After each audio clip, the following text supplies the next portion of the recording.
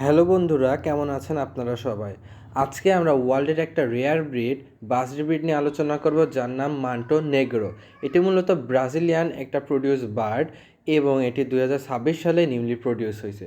এটার সম্পর্কে খুব যে বেশি ইনফরমেশন অ্যাভেলেবল আছে বিষয়টা এমন না, তবে আমরা ব্ল্যাক বাজি এবং মান্টো নেগ্রোকে যদি একসাথে না করে ফেলি সেজন্য কিছু সিম্বল আমরা বলবো, আর মান্টো নেগ্রোর আইডেন্টিফিকেশন নিয়ে আমরা কথা বলবো।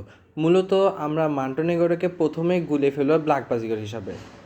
ব্ল্যাক বাজিকরের মূলত ব্ল্যাক ফেস থাকে এবং মান্টোনেগরের মূলত ব্ল্যাক ক্যাপ থাকে।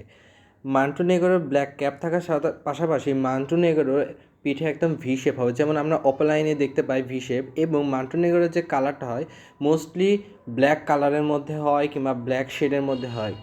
তাছাড়া ধারণা করা হচ্ছে মান্টোনেগর একটা ডমিনেন্ট জিনের বার্ড। এখন এটা ক্লিয়ার না, এটা জিনোটাইপ ধরা হচ্ছে, কিন্তু টেস্ট ব্রিডিং অনেক সেগুলো করার পর বোঝা যাবে যে মান্টোনেগরো কি আসলে ডমিনেন্ট বার্ড। আমারও মনে হচ্ছে মান্টোনেগরো ডমিনেন্ট বার্ড, কারণ মান্টোনেগরো যে কালারের বা ভ্যারাইটির মধ্যে এখন পর্যন্ত প্রডিউস হচ্ছে, মূলত সব জায়গায় ডমিনেন্ট জিন্সের প্রোডাকশন, আর ভিজুয়ালি বার্ডটা দেখে আমরা ধারণা পেতে পারি।